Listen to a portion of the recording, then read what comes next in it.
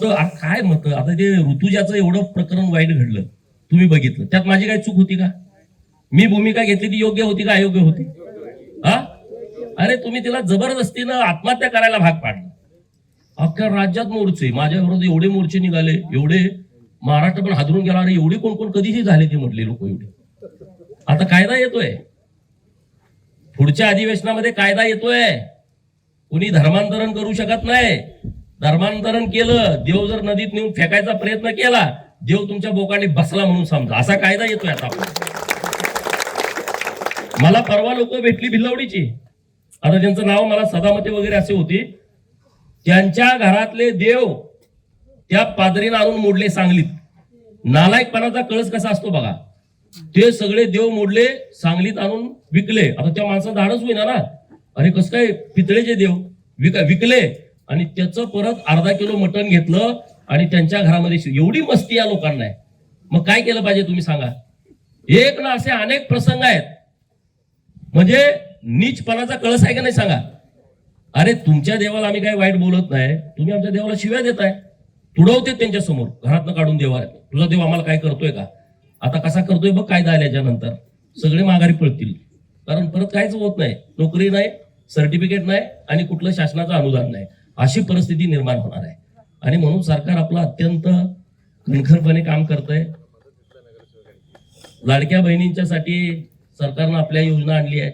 लाडक्या बहिणी आता एकदम अशा गुरगुरायला लागलेल्या आहेत. हा, मालकांना सुद्धा आता उसनं पैसे देतात. त्या घेतलं नाही सांगा तुमचं उसनं 1000 रुपये दे, पगार आल्यावर देतो म्हणून. हे सन्मान आहे, ही योजना नाही. ही सन्मान आहे तुमचा, स्वाभिमान जपलाय सरकारनं आपल्या. नाहीतर अगोदर 50 तुला काल देतो, मग काय केलंस तू?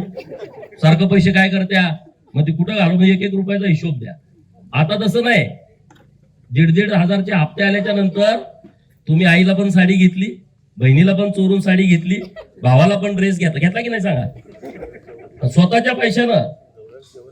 हा, आणि आता नवरा सुद्धा सन्मानानं तुम्हाला बोलायला लागलाय. त्यांना माहित आहे आता परत गरज लागली तर आपल्याला पैसे इथूनच मिळणार आहे. म्हणजे अशी योजना कधी आली होती का सांगा? 50% एसटी माफ केली सरकारनं आपल्या. जरा काय नवरा बोलणार रागात की तुम्ही चाला लगेच गावाला, कारण 50% आहे. 75 वरची आपली जी मंडळी आहेत त्यांना तर 100% फ्री एसटी आहे.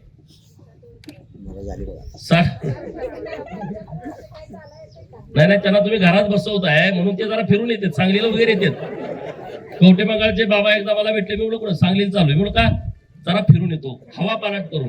म्हणलं का तिकीट नाही काय नाही, जरा फिरून येतो ना, पावभाजी खाऊन येतो, पुरी भाजी खाऊन येतो सांगलीतनं फिरून. काय जरा बाजार आहे तो पण करून येतो. जे तिकिटाला पैसे जातो त्यातनं बाजार होतोय. महिलांना काय भांडायची गरज नाही, आम्हाला तुमच्यातलं द्या म्हणून. आम्हाला शेतकरी पेन्शन आहे की? शरणा पण आहे पेन्शन. नरेंद्र मोदी साहेबांनी दिले 6,000, का लगेच आपल्या सरकारनं 6,000 दिले, 12,000 रुपये आले. आता अवकाळीमध्ये एवढा पाऊस पडला, त्यामध्ये पण आपल्या खात्यावरती मोठ्या प्रमाणात पैसे आलेले आहेत. असं खूप चांगलं मदत सरकार आपल्या बाजूने करतंय. आणि भारतीय जनता पार्टी केंद्रात आहे, राज्यात आहे, त्यामुळे इथं सुद्धा जोरात आपल्याला महानगरपालिका आणावी लागेल. जर तुम्ही त्रिशंकू महानगरपालिका केली, त्याचा फायदा तुम्हाला होणार नाही, त्याचा फायदा या पुढाऱ्यांना होणार आहे, दुसरं काही होणार नाही. आणि त्यामुळे सांगली शहरातल्या लोकांनी याचा विचार करावा, एवढीच विनंती करतो आणि थांबतो.